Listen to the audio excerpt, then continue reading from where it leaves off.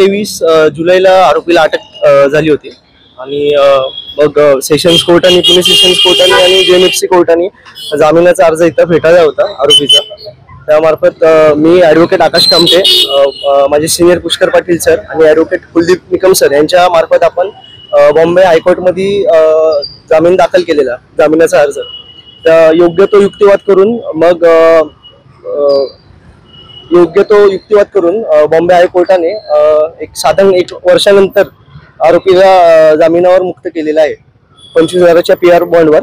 आणि प्रत्येक महिन्याला जो पुणे सायबर पोलीस स्टेशनला हजर राहील याबाबत त्यांनी स्पष्टीकरण दिलेलं आहे. पुढची वाटचाल काय असणार आहे? पुढे आता ट्रायल चालू आहे. आणि आता जर न्याय मिळवून देत असेल आपल्याला बाकीच्यांना, तर त्यासाठी आता कशी प्रोसिजर? अजून 61 आरोपी ॲब्स्कॉन्डिंग आहेत, तर अजून चालणार आहे पुढे सगळं. तर पुढे बघू आता काय होतं ट्रायल मध्ये.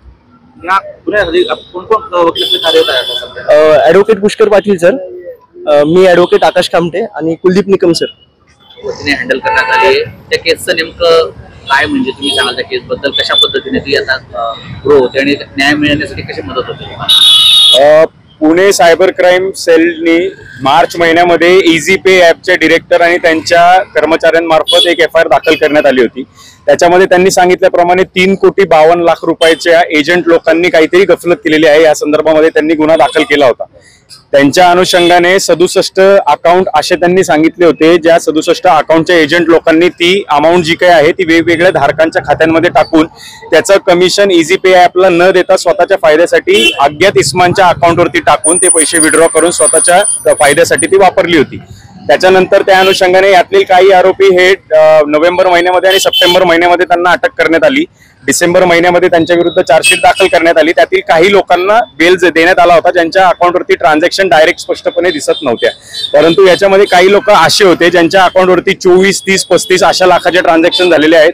परंतु खालती ज्यावेळी त्यांचा बेल ठेवण्यात आला तो बेल नाकारण्यात आला, कारण त्याच्या गुन्ह्याची व्याप्ती आणि त्याच्यामध्ये असणारी रक्कम ही 30 लाखांपेक्षा अधिक दिसून येत होती. परंतु उच्च न्यायालयाने, बॉम्बे हायकोर्टने त्याच्यामध्ये एका आरोपीला आयुब अन्सारी यांना बेल ग्रांट केलेला आहे. आयुब अन्सारींच्या खात्यावरती सुद्धा 24 लाख रुपयाचे ट्रान्झॅक्शन आढळून आल्या होत्या. परंतु त्याच्यामध्ये बॉम्बे हायकोर्टच्या समोर आम्ही आमची बाजू मांडताना, माझे पार्टनर कुलदीप निकम सर आणि आकाश कामटे सर यांनी बाजू मांडताना मुद्दा हाच उचलला होता की जे 24 लाख रुपये आणि 30 लाख रुपयाची व्याप्ती पोलीस दाखवत आहेत, मुळात ते खातं वापरणारे जे गुन्हेगार आहेत ते अजून सुद्धा पोलिसांना सापडलेले नाहीत.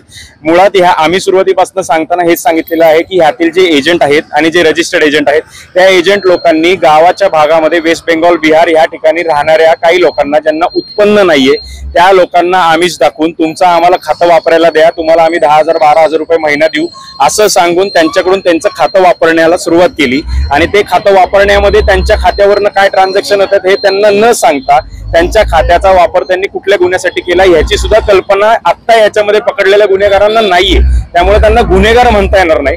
परंतु त्याच्यामध्ये जे सेक्शन लावलेले आहेत 409 तो स्पेसिफिक आहे की एखाद्या गुन्ह्यामध्ये एजंट असेल तर त्या एजंटला 409 ऍप्लिकेबल होतो. माझं नाव तुम्ही दिलेल्या 67 लोकांच्या लिस्टमध्ये दिसूनच येत नाही तर मी एजंट कसा होईल, हा पहिल्यापासून आमचा डिफेन्स आहे. आणि आता उच्च न्यायालयाने त्यांना ज्या कंडिशन दिलेल्या आहेत त्या अटी शर्तींमध्ये ही ट्रायल संपेपर्यंत महिन्याच्या पहिल्या संडेला त्यांनी सायबर पोलीस स्टेशनला जाऊन हजेरी लावायची आहे आणि ट्रायल संपेपर्यंत पोलिसांना त्यांनी कोऑपरेट करायचं आहे अशी कंडिशन आहे. 25,000 रुपयाच्या PR बॉन्डवरती बेलची ऑर्डर झालेली आहे आणि आमचा डिफेन्स अजून सुद्धा तोच आहे. खरे गुन्हेगार सायबर क्राईमने पकडलेले नाहीत.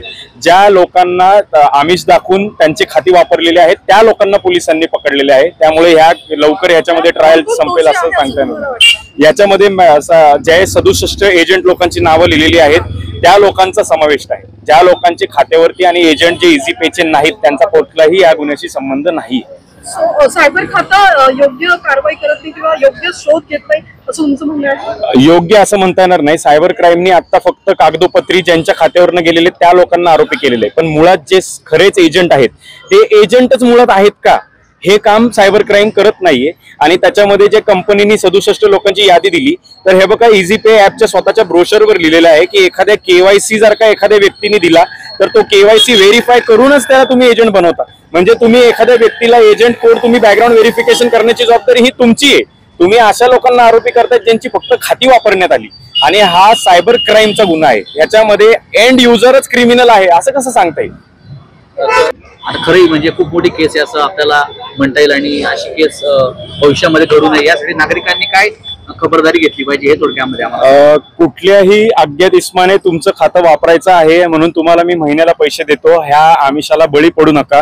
कुठलाही व्यक्ती तुमच्या खात्याचे जे डिटेल घेतोय आणि तुमचा जो ऍक्सेस घेतोय बँकेचा तो कुठल्या गुन्ह्यासाठी करतोय ह्याचं नॉलेज तुम्हाला नाहीये. आणि सायबर क्राईमच्या संदर्भामध्ये सायबर ऍक्ट काय आहे याच्या संदर्भामध्ये नागरिकांना जागृत होणं गरजेचं आहे. कुठल्याही व्यक्तीला आपण जसं सांगतो की OTP वगैरे देऊ नये, तसं इथं मुळातच गुन्हा असा आहे की तुम्ही अख्खं खातंच एखाद्याला सांभाळायला दिलेले. आणि जे मागासवर्गीय समाज आहे किंवा ज्या लोकांना अनएम्प्लॉयमेंट हा जो प्रकार आहे याच्यामुळे हे होत आहे की मला महिन्याला जर का घरी बसून 10,000 रुपये मिळतात तर मी माझं खातं एखाद्याला वापरायला दिलं तर त्याचं काय, हे करू नका. मुळात तुमचं खातं हे कुठल्या तरी गुन्ह्यासाठी वापरलं जाऊ शकतं आणि असेच तुम्ही आयुब अन्सारी सारखे आरोपी होऊ शकता. त्यामुळे नागरिकांनी जागरूक राहणं गरजेचं आहे.